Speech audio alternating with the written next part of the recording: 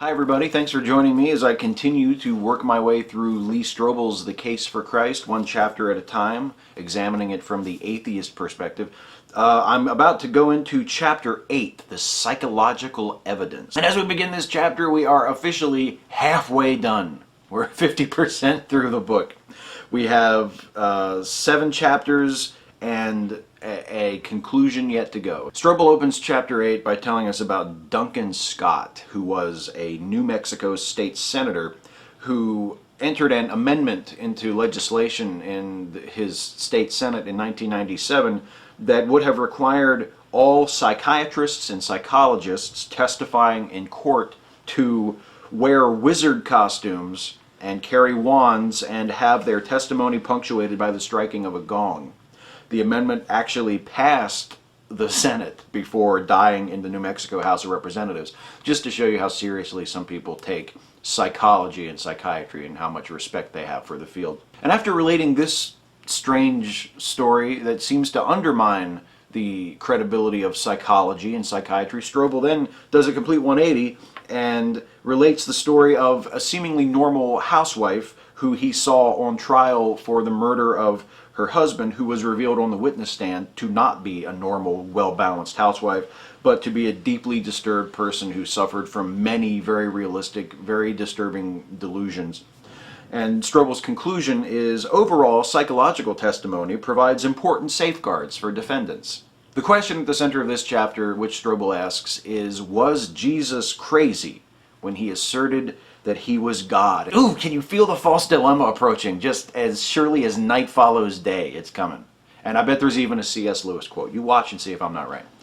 So, the 7th interview, Gary R. Collins, Ph.D. Gary R. Collins, Ph.D. is the author of 45 books, according to Strobel, including Christian Counseling, a comprehensive guide. He's the editor of Christian Counseling Today. He's a contributing editor to the Journal of Psychology and Theology. He has a master's degree in psychology from the University of Toronto. He has a doctorate in clinical psychology from Purdue University. And like some of his other interview subjects in this book, Strobel describes Collins' physical appearance. He says he has salt and pepper hair, silver-rimmed glasses, a maroon turtleneck sweater, and a herringbone sports jacket. You know, this guy sounds like one of them college professors. But I thought they turned people into atheists. Strobel begins his conversation with Collins by pointing out how many crazy people there are today filling mental institutions all over the world who claim to be God, and he asks why we shouldn't just lump Jesus in with all of those. And Collins says, quote, "Psychologists don't just look at what a person says. They'll go much deeper than that. They'll look at a person's emotions, because disturbed individuals frequently show inappropriate depression, or they might be vehemently angry, or perhaps they're plagued with anxiety. But look at Jesus.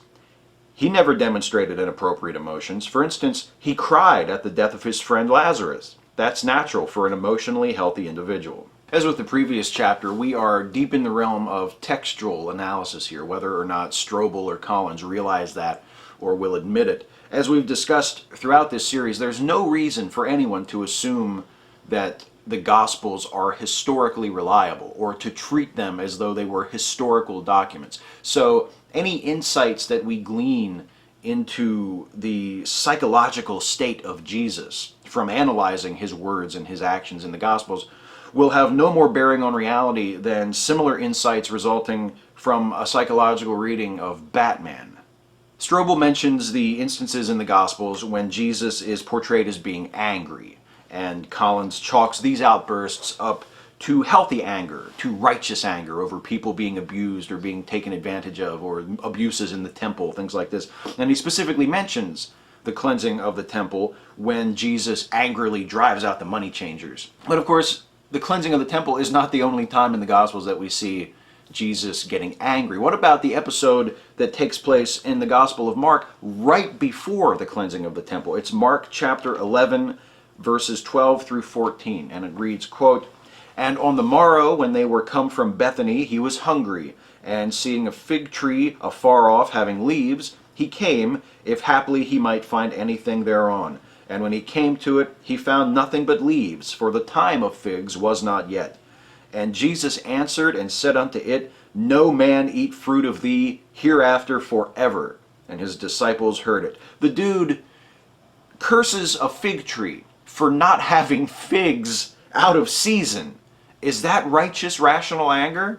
Batman never cursed any fig tree. Okay, Strobel encourages Collins to continue expounding on what a great guy Jesus was, which Collins is more than happy to do. He says, quote, "He was loving, but he didn't let his compassion immobilize him. He maintained balance despite an often demanding lifestyle. He always knew what he was doing and where he was going. He cared deeply about people, including women and children who weren't seen as being important back then. He was able to accept people while not merely winking at their sin. He responded to individuals based on where they were at and what they uniquely needed. All in all, I just don't see signs that Jesus was suffering from any known mental illnesses. He was much healthier than anyone else I know, including me." And note, as I said a moment ago, we have completely abandoned any pretense of questioning the authenticity of the Gospels. The only way that these conclusions of Collins about Jesus that he just described in that quote make any sense as a diagnosis is if we assume that Jesus' claims about himself are true. Because if someone proclaims himself to be the Son of God, if someone says he is the way, the truth, and the life, and he's not, then it doesn't matter how rational or reasonable he seems in other areas of his life. He's not humble, he's not balanced, he's suffering from a very serious delusion. Right, Adi? Right? Next section, raving mad. Strobel's first sentence in this section, I shit you not, is, quote, "Granted, as we look back through history, we don't see obvious signs of delusion in Jesus." Oh, really? Collins argues that Jesus wasn't crazy for making the claims that he made about himself because, wait for it, the claims he made about himself were true. Collins says, quote, "You see, if I claimed to be the President of the United States, that would be crazy. But if the real president claimed to be the president, that wouldn't be crazy because he is president and there would be plenty of confirming evidence for that. It's the Miracle on 34th Street defense." By the way, am I the only person who gets that the point of that movie was that the old man wasn't Santa Claus?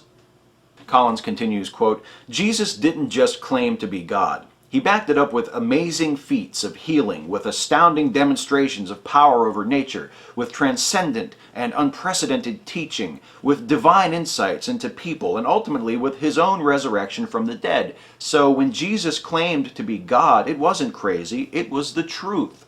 His teachings were not unprecedented, but never mind that for now. About those miracles, admittedly, it's difficult to test whether or not someone healed a particular blind person or turned water into wine 2,000 years ago. But we can test another claim of Jesus that we find in the Gospels and use the results of that test to extrapolate a reasonable conclusion about whether or not he was able to work miracles. Remember the story of that fig tree? Well, let's not forget what Jesus said to Peter the next day after the cleansing of the temple when they walked by that same tree. Quote, "And in the morning, as they passed by, they saw the fig tree dried up from the roots. And Peter, calling to remembrance, saith unto him, Master, behold the fig tree which thou cursed is withered away. And Jesus answering saith unto him, Have faith in God, for verily I say unto you, that whosoever shall say unto this mountain, Be thou removed, and be thou cast into the sea, and shall not doubt in his heart, but shall believe that those things which he saith shall come to pass, he shall have whatsoever he saith. Therefore I say unto you, what things soever ye desire, when ye pray, believe that ye receive them, and ye shall have them." And that is Mark chapter 11, verses 20 through 24. Jesus, the rational, sane, emotionally healthy Jesus, in this passage makes one of the most extravagant promises imaginable to Peter and his followers.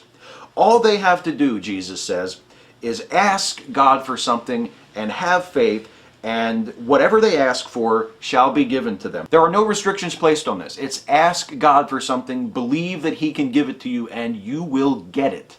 Period. And before someone says, yeah, well, that's just Jesus being metaphorical, because obviously he didn't mean for people to pray mountains into the sea. He was just saying that for illustrative purposes.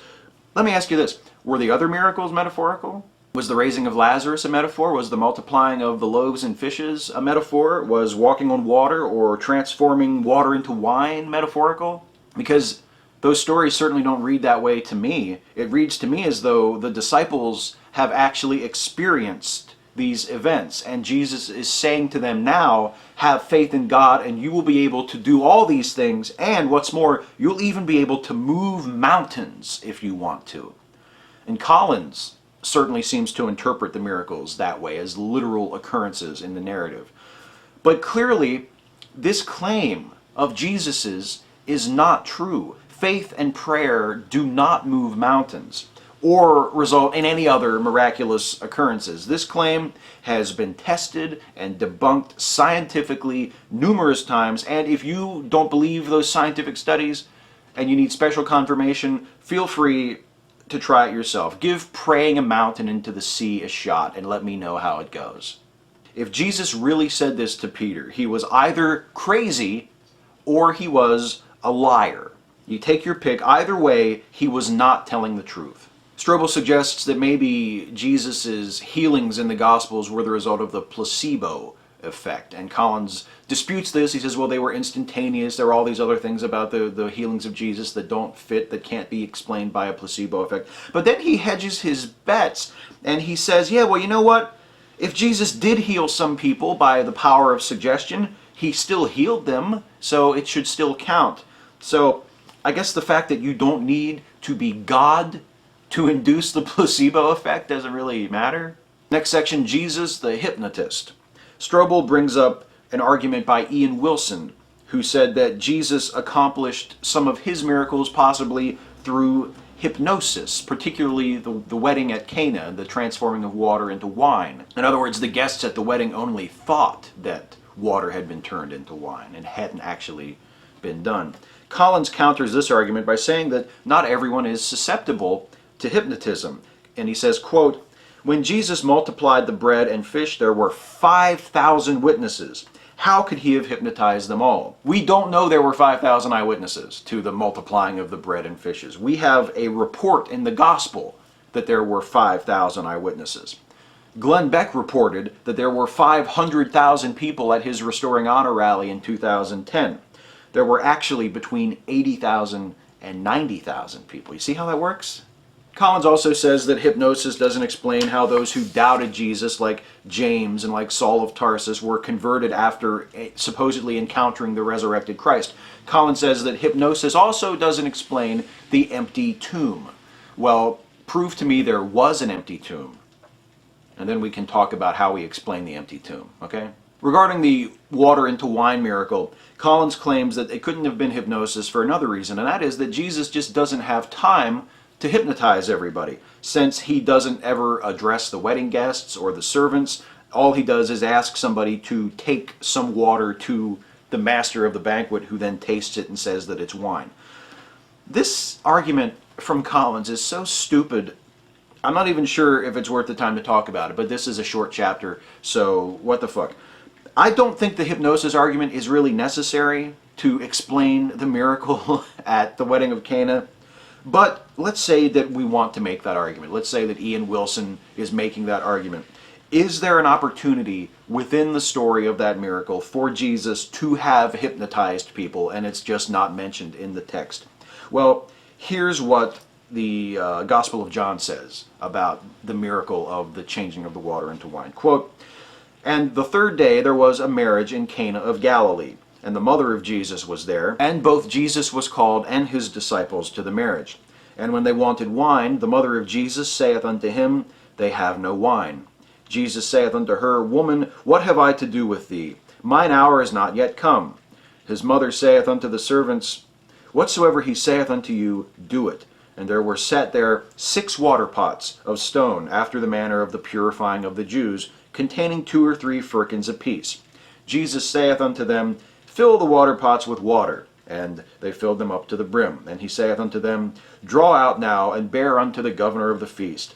and they bare it. When the ruler of the feast had tasted the water that was made wine, and knew not whence it was, but the servants which drew the water knew, the governor of the feast called the bridegroom, and saith unto him, Every man at the beginning doth set forth good wine, and when men have well drunk, then that which is worse. But thou hast kept the wine good until now. This beginning of miracles did Jesus of Cana in Galilee, and manifested forth his glory, and his disciples believed in him. And that account is from the Gospel of John, chapter 2, verses 1 through 11.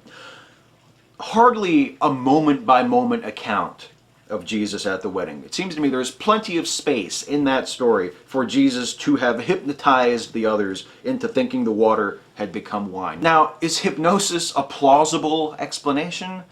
No.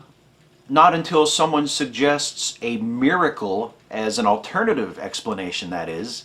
Collins says, quote, It's just amazing to me how people will grasp at anything to try to disprove Jesus' miracles. Grasp at anything like the absolute non-occurrence of miracles. And by the way, thanks for shifting the burden of proof onto those of us who think people can't magically transform water into wine, Gary. Really appreciate that. Next section, Jesus the Exorcist. Strobel mentions that Jesus in the Bible casts out demons from people. And he asks Collins if it's rational to believe that evil spirits are responsible for the actions of some people. Collins says, quote, From my theological beliefs, I accept that demons exist. We live in a society in which many people believe in angels. They know there are spiritual forces out there, and it's not too hard to conclude that some might be malevolent.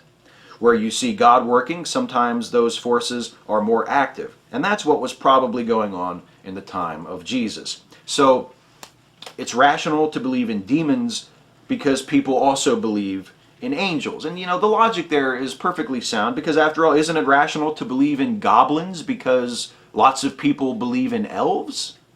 It's just amazing to me how people will grasp at anything to try to reconcile obviously mythical passages of Scripture with reality. Collins again, quote, People who deny the existence of the supernatural will find some way, no matter how far-fetched, to explain a situation apart from the demonic. They'll keep giving medication, keep drugging the person, but he or she doesn't get better. There are cases that don't respond to normal medical or psychiatric treatment. Well, I'll tell you what, Gary, you come up with an estimate of how many severely mentally ill patients have been helped by exorcisms, and I'll do a bit of research myself, and I'll come up with an estimate of how many have been helped by modern medicine and psychiatry. Whose list do you think will be longer? The unfortunate fact that some who suffer from mental illnesses cannot be helped by drugs or by psychiatric therapy doesn't mean they are suffering from demonic possession. It was once believed that epilepsy and Tourette syndrome and a whole bunch of other mental and neurological conditions were caused by demons, but now we know better. Or most of us do, anyway. Collins once again, quote, At the same time, we shouldn't be too quick to jump to a demonic conclusion when faced with a recalcitrant problem. As C.S. Lewis put it, there are two equal and opposite errors we can fall into concerning demons. One is to disbelieve in their existence, the other is to believe and to feel an excessive and unhealthy interest in them. They themselves are equally pleased with both errors. Not the C.S. Lewis quote or the false dilemma I was expecting, but I'll take both nevertheless. And goddamn, did C.S. Lewis love either-or fallacies or what? One more quote from Collins about demons and modern psychology. Quote, It's interesting how things are changing. Our society is caught up in spirituality. That's a term that can mean almost anything, but it does recognize the supernatural. It's very interesting what psychologists are believing these days. Some are into Eastern mystical stuff, some talk about the power of shamans to influence people's lives, whereas 25 years ago the suggestion of demonic activity would have been immediately dismissed. Many psychologists are beginning to recognize that maybe there are more things in heaven and earth than our philosophies can account for. So attributing mental illnesses to demons isn't irrational because there are lots of psychologists who believe in all kinds of other equally crazy shit. Philosophy students watching, help me out here. Would this be a false analogy Collins is advancing here, and back there with the bit about demons and angels? Is it still a false analogy when you're arguing in favor of one batshit crazy belief by comparing it to another batshit crazy belief? Next section, preposterous imagination. Strobel closes the chapter this way, quote, "My talk with Gary Collins prompted me to spend some time that night carefully rereading the discourses of Jesus. I could detect no sign of dementia, delusions, or paranoia. On the contrary, I was moved once more by his profound wisdom, his uncanny insights, his poetic eloquence, and his deep compassion." Look, whatever you believe about him, Jesus never wrote a single word, so whether he deserves any credit at all for his poetic eloquence in the Gospels is an arguable question. And as for his wisdom and insight, try this experiment. Those of you who might feel toward Jesus as Lee Strobel clearly does, read the Gospels without the assumption that Jesus is the Son of God. Read about the words and deeds of Jesus without assuming that he is who he says he is. And then tell me honestly if he still sounds like a man exhibiting no sign of dementia or delusion.